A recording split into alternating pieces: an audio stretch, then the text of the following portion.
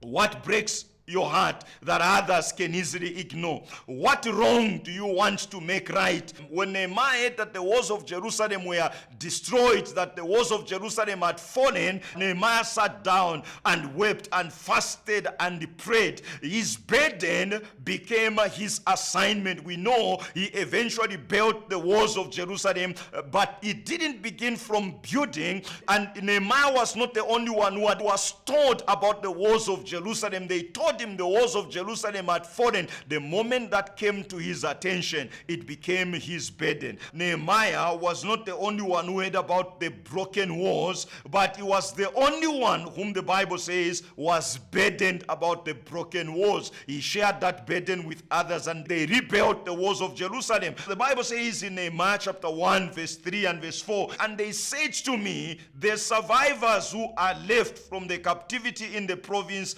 are there in great distress and reproach. The wall of Jerusalem is also broken down, and its gates are burnt with fire. Verse number 4. So it was when I heard these words. This is Nehemiah's testimony. When I heard these words, that I sat down and wept and mourned for many days. I was fasting and praying before the God of heaven. He was praying, the Bible says, before the God of heaven. What is it that led him into this prayer? Why was Nehemiah so burdened that he sat down and mourned for so many days and fasted and prayed to the Lord? What is it that led to this? What led to this was the news that he had heard about Jerusalem. He had heard that the walls of Jerusalem had fallen down. He had heard that the walls of Jerusalem had broken down. Many people who heard that, but the Bible doesn't tell us about any one of them who did anything about it. But when Nehemiah heard about it, the Bible says immediately the man sat down. He couldn't do anything. He sat down and he mourned for